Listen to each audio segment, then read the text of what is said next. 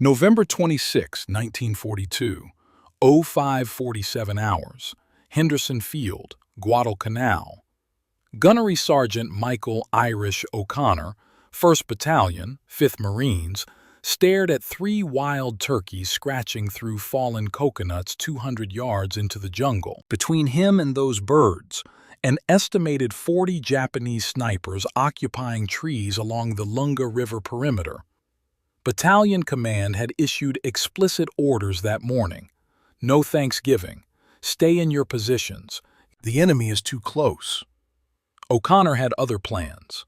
In the next 6 hours, he would violate every order, cross into contested jungle, hunt within rifle range of enemy positions, and return with 3 wild turkeys that would feed 80 Marines. What started as one hungry sergeant's defiance became the most improbable morale operation in 1st Marine Division history.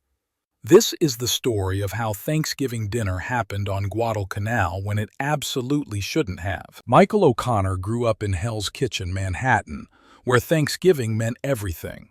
His father, Patrick, worked the docks, came home exhausted every night, but never missed carving the turkey on the 4th Thursday of November. "It's the one day we're not poor," his father told him. "We eat like we own the city." O'Connor enlisted November 1940 at age 23. Pearl Harbor happened 13 months later. By August 1942, he was wading ashore at Guadalcanal with the 5th Marines, part of the first major American offensive of the Pacific War. The landing succeeded. Holding the island proved harder. By late November, 1st Marine Division had been on Guadalcanal 94 days. Malaria infected 35% of the regiment. Dysentery affected almost everyone. Resupply remained sporadic. Japanese forces controlled the jungle beyond Henderson Field's perimeter, launching raids every night. Snipers occupied trees during daylight, picking off Marines who exposed themselves. O'Connor had survived 3 major Japanese assaults in November alone. He'd lost 11 men from his platoon. What bothered him most wasn't the combat. It was watching Marines forget what they were fighting for. Men stopped talking, stopped joking, stopped being human. They became machines that dug foxholes, fired weapons, died. Then, November 24th arrived. Someone asked O'Connor what day it was. "Thursday," he said, 2 days before Thanksgiving. The Marine laughed bitterly. "There's no Thanksgiving here, Gunny." That night, O'Connor couldn't sleep, not because of Japanese mortars, not because of malaria chills, because in 48 hours, 80 Marines in his company would spend Thanksgiving eating canned Spam and cold rice. No turkey, no stuffing, no reminder they were Americans who deserved better than this jungle hell. He decided to fix it. 1st Marine Division faced a morale crisis nobody discussed publicly. Official reports talked about combat fatigue and tropical disease impact. Reality was simpler. Marines were forgetting why they fought. November 1942 marked the war's lowest point for American ground forces. Marines on Guadalcanal were eating 2 meals daily, both consisting of canned rations supplemented by captured Japanese rice. Fresh food arrived irregularly when Navy transports made it through Japanese naval blockade. Last fresh meat delivery, October 18th, 39 days earlier. Thanksgiving, 1942, fell on November 26th. Battalion Command issued guidance November 24th. No special observance, maintain defensive positions, heightened enemy activity expected. The order made tactical sense. Japanese forces had launched major assaults November 1st through 15th during what Marines called Bloody Ridge. Another attack seemed imminent. Celebrating Thanksgiving meant letting guards down. Command couldn't risk it. O'Connor understood the logic. He rejected it anyway. "We're not machines," he told his platoon sergeant. "We're Marines who deserve one day that reminds them they're human." His platoon sergeant, Staff Sergeant James Rodriguez, thought he was insane. "You want to go hunting? With Japanese snipers in those trees? Saw 3 turkeys yesterday morning, maybe a dozen more in the coconut groves past the perimeter. Rodriguez stared at him. Those coconut groves have Japanese foxholes every 50 yards. Then we'll be quiet. This is suicide, Gunny. This is Thanksgiving. November 25th. O'Connor approached First Lieutenant Thomas Walker, company executive officer. Walker was 22 years old, West Point graduate, had been on Guadalcanal 8 weeks. Good officer. By the book officer. Permission to lead a hunting party tomorrow morning, sir. Walker looked at him like he'd suggested surrendering Henderson Field. Hunting? Sergeant, we're in active combat operations. Wild turkeys in the jungle, sir. 3 that I've seen, maybe more. And how do you plan to hunt them without alerting every Japanese sniper on this island? Carefully, sir. Walker shook his head. Request denied. We maintain defensive positions. No unnecessary movement beyond the perimeter. O'Connor tried a different approach. Sir, it's Thanksgiving tomorrow. I'm aware of the date, Sergeant. Marines need something to remind them they're Americans. They're reminded every time they shoot a Japanese soldier. With respect, sir, that reminds them they're killers. I want to remind them they're human. Walker's expression softened slightly, then hardened again. The answer is no. Dismissed. O'Connor saluted and left. He had no intention of obeying.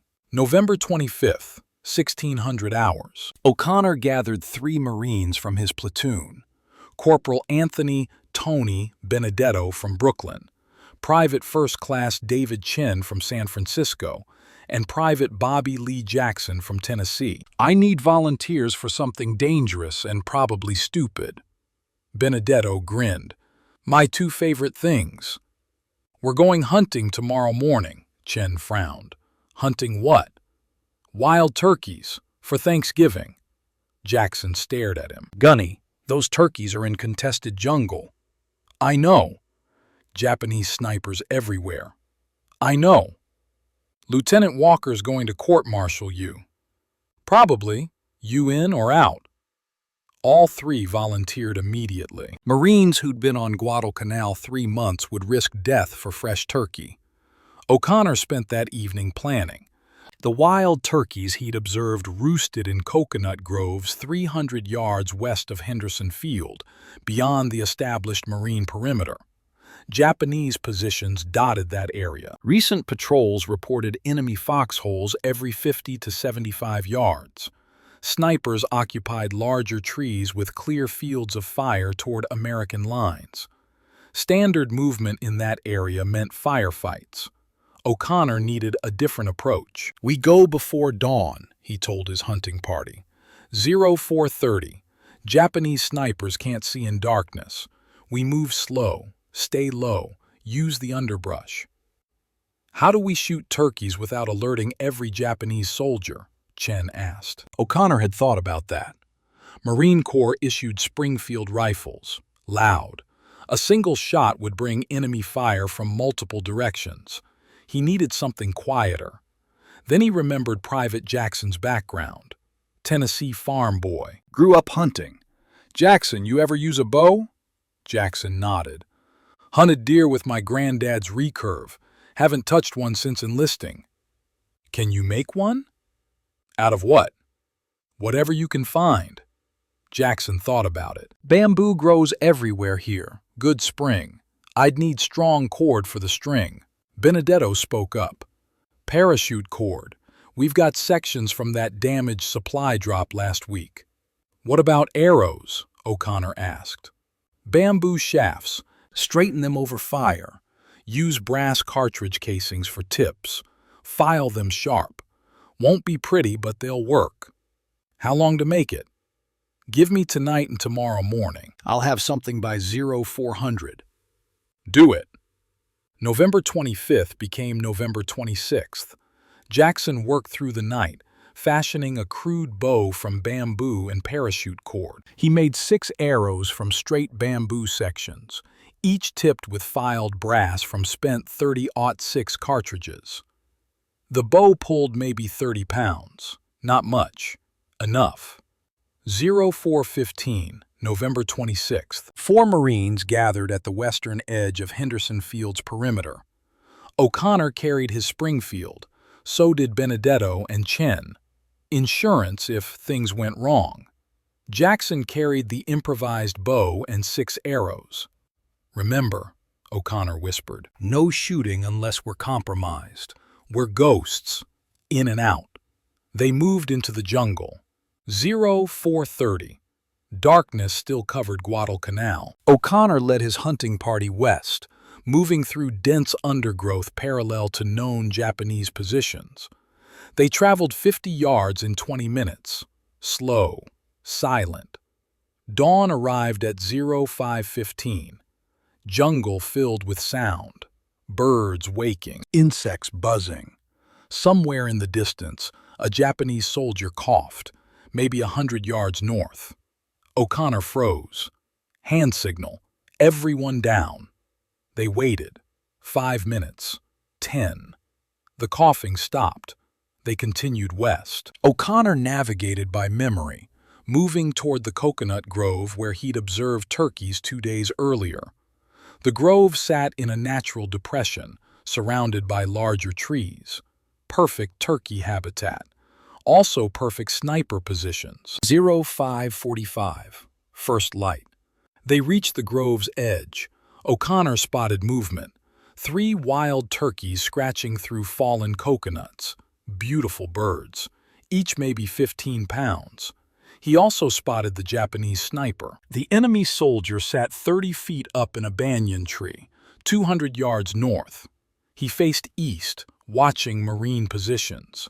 Hadn't seen O'Connor's party yet, but if they spooked the turkeys, if the birds made noise, the sniper would investigate. O'Connor made a decision. They'd take 1 turkey, quietly, then extract before anyone noticed. He pointed Jackson toward the nearest bird, 80 yards away. Long shot for a crude bow. Jackson knocked an arrow. Drew. Held. Released. The arrow flew, struck the turkey's neck. The bird dropped without a sound. O'Connor couldn't believe it. He'd expected the arrow to miss, expected noise, expected a firefight. Instead, perfect silence. The other 2 turkeys barely reacted, continuing to scratch through coconuts. Benedetto looked at O'Connor with wide eyes, mouthed, "Holy shit." O'Connor signaled, "Wait." They remained motionless for 5 minutes. The Japanese sniper never turned around. The remaining turkeys settled. Jackson knocked a second arrow. The next turkey stood 90 yards away, partially obscured by a coconut palm. Harder shot. Jackson adjusted for the obstruction. Drew. Released. Hit. The turkey fell. Again, nearly silent. 1 turkey remained. This one stood alert now, head up, sensing something wrong. If they missed the next shot, it would flee. Turkeys made noise when spooked. That would alert the Japanese sniper. O'Connor pointed at the bird. Jackson nodded. This shot mattered most. The turkey moved, started walking away. Jackson tracked it, led the target. Released. The arrow hit the bird mid-stride. It stumbled, fell, died quietly. 3 turkeys, 3 arrows, 3 kills. 200 yards from Japanese positions. Now came the dangerous part, retrieval. Chen and Benedetto low-crawled toward the first 2 birds while Jackson covered them with his Springfield. O'Connor watched the Japanese sniper. The enemy soldier shifted position slightly but never looked their direction. Chen reached the first turkey, grabbed it, started crawling back. Movement slow, methodical. 50 yards covered in 8 minutes. Benedetto retrieved the second bird, made it back without incident. Jackson went for the third turkey himself. The bird lay 90 yards out, directly in line with the Japanese sniper's peripheral vision. One wrong move and the sniper would spot him. Jackson crawled, stopped, waited, crawled again. Took him 12 minutes to reach the turkey. He grabbed it, started back. Then the Japanese sniper moved. The enemy soldier climbed down from his tree, stretched, started walking directly toward Jackson's position. O'Connor's finger moved to his Springfield's trigger. If the sniper spotted Jackson, they'd have to fire. That would alert every Japanese soldier within 400 yards. Firefight, casualties, mission failure. Jackson saw the sniper approaching. He froze, pressed himself flat against the ground, turkey tucked against his body. The Japanese soldier walked within 20 yards of his position, stopped, lit a cigarette, stood there smoking. O'Connor counted seconds. 30, 40, 50. The sniper finished his cigarette, dropped it, ground it out with his boot, walked back toward his tree, climbed up, resumed his position. Jackson waited 2 full minutes, then resumed crawling. Made it back to O'Connor's position at 0623. They had 3 turkeys, 0 casualties. The Japanese sniper had never seen them. "Time to go," O'Connor whispered. They moved east, back toward Marine lines, carrying 3 wild turkeys worth their weight in gold. 0655. O'Connor's hunting party approached Henderson Field's western perimeter. Marine sentries spotted them, raised weapons, then recognized O'Connor. "Hold fire! Friendlies coming in!" They crossed into Marine territory. Every Marine who saw them stopped and stared, not because they'd been in contested jungle, because they carried 3 15-pound wild turkeys. Lieutenant Walker found them at 0715. His expression moved from confusion to anger to disbelief in 3 seconds. "Sergeant O'Connor, my office, now!" O'Connor followed Walker to the company command post. Walker slammed a field map onto his desk. "I specifically ordered you not to go hunting." "Yes, sir." "You directly violated that order." "Yes, sir." "You took 3 Marines into contested jungle." "Yes, sir." "You operated within 200 yards of known enemy positions." "Yes, sir." "You could have gotten 4 Marines killed for 3 goddamn turkeys." "Yes, sir." Walker stared at him. "Explain yourself, Sergeant." O'Connor thought about his answer. About Patrick O'Connor carving turkey in Hell's Kitchen. About Marines who'd forgotten they were human. About Thanksgiving meaning something even in hell. "Sir, these Marines have been on this island 96 days. They've eaten Spam and rice for 40 days. They've watched friends die. They've forgotten what they're fighting for. Today is Thanksgiving. 3 turkeys won't win this war, but they'll remind 80 Marines they're Americans who deserve better than this jungle." Walker said nothing for a long moment. "You risked 4 lives for a symbolic gesture." "I risked 4 lives to save 80 souls, sir." "That's not your decision to make, Sergeant." "With respect, sir, it's exactly my decision to make. I'm their sergeant. They're my Marines. They needed this."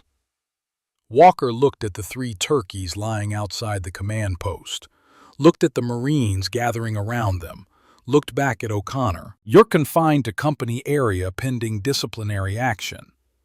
"Understood, sir. But first," Walker's expression shifted slightly, almost a smile. "You're going to cook those turkeys, and you're going to feed every Marine in this company." "Dismissed." O'Connor saluted. Walker returned it. As O'Connor turned to leave, Walker spoke again. "Sergeant? Sir? Happy Thanksgiving." Cooking 3 wild turkeys on Guadalcanal presented challenges O'Connor hadn't anticipated. No ovens, no roasting pans, no proper seasoning beyond salt. Then Benedetto remembered something. "Gunny, there's a damaged Japanese field kitchen near the airstrip. We captured it last week. Might have usable equipment." They found the kitchen abandoned but intact. Japanese forces had left behind 2 large cooking pots, metal grating, and bags of rice. More importantly, soy sauce, dried seaweed, and something that smelled like ginger. Japanese seasoning for American turkey, Chen said. Feels wrong, but I'm not complaining. They built a fire pit using coral rock, suspended the cooking pots over flames using salvaged metal supports. O'Connor had learned basic field cooking during training, but never attempted anything this ambitious. Jackson, the Tennessee farm boy, took over.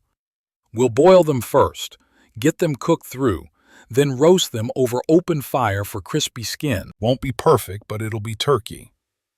While turkeys boiled, word spread through 1st Marine Division. Marines from other companies drifted toward the cooking area. They couldn't believe what they were seeing. Real turkey. On Guadalcanal, on Thanksgiving. By 1100 hours, 200 Marines surrounded the cooking area. Lieutenant Walker didn't stop them. Even he understood. Morale mattered more than regulations today. The turkeys finished cooking at 12:45 hours. O'Connor and his hunting party carved them using K-bar knives. 3 15-pound turkeys fed 80 Marines with second helpings for some. Portions were small. Nobody cared. It was real food, fresh food, Thanksgiving food. Marines ate standing up, using mess kits, grinning like children. Some cried. Most just ate in silence, remembering home, remembering what they fought for. Staff Sergeant Rodriguez approached O'Connor while he carved the 3rd turkey. You were right, Gunny. About what? This. All of it. These Marines needed to remember they're human. O'Connor looked around, saw Marines laughing, talking, being alive in a way they hadn't been for months. Over 3 wild turkeys and improvised Japanese seasoning. Sometimes the small things matter most, O'Connor said. By 1400 hours, every scrap of turkey was gone. Marines returned to their positions, prepared for nightfall, prepared for whatever came next. But different, lighter, human again. That night, Japanese forces launched a probing attack against Henderson Field's western perimeter. Marines repelled it with aggressive fire. 0 casualties. When Rodriguez asked platoon leaders what changed, they all said the same thing. Morale. Marines remembered what they fought for. They fought harder. O'Connor's Thanksgiving hunt remained unofficial. Lieutenant Walker never filed formal disciplinary charges. The operation existed in a gray area, technically insubordinate, practically brilliant. By December 1942, word of the turkey hunt spread through 1st Marine Division. Other units attempted similar operations. Not all succeeded. Some attracted enemy fire. Some returned empty-handed. But the attempts themselves mattered. Marines taking initiative. Marines refusing to let circumstances define them. 1st Marine Division departed Guadalcanal December 9, 1942, replaced by fresh Army units. They'd been on the island 113 days.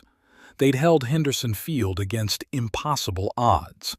They'd broken the first major Japanese offensive. O'Connor's hunting party became legendary, not because they killed 3 turkeys, because they reminded Marines that small acts of defiance mattered, that maintaining humanity in hell required breaking rules sometimes. That leadership meant understanding when regulations served Marines and when Marines served regulations. Official records make no mention of the hunt, no commendations issued, no formal recognition, just Marines remembering the Thanksgiving that shouldn't have happened but did. Michael O'Connor survived Guadalcanal, fought at Cape Gloucester, survived Peleliu, made it home, August 1945, Staff Sergeant, 28 years old, alive against odds. He returned to Hell's Kitchen, worked construction, married Catherine Murphy, June 1946. They had 4 children. O'Connor rarely discussed the war. When family asked about Guadalcanal, he talked about the Marines he served with, about Rodriguez, about Jackson's bow, about Lieutenant Walker who understood when to enforce rules and when to ignore them. He never mentioned the turkeys, That wasn't the story.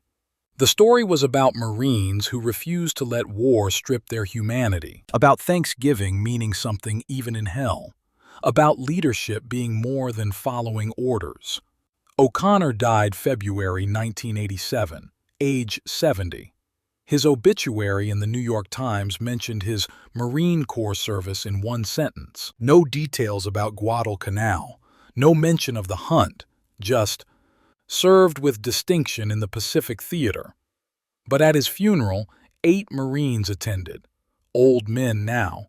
They'd served with him. They remembered. And after the service, over beer in a Hell's Kitchen bar, they told the story of Thanksgiving 1942, about the sergeant who risked everything for 3 turkeys, about the meal that reminded them they were human. One of them, Anthony Benedetto, said it best.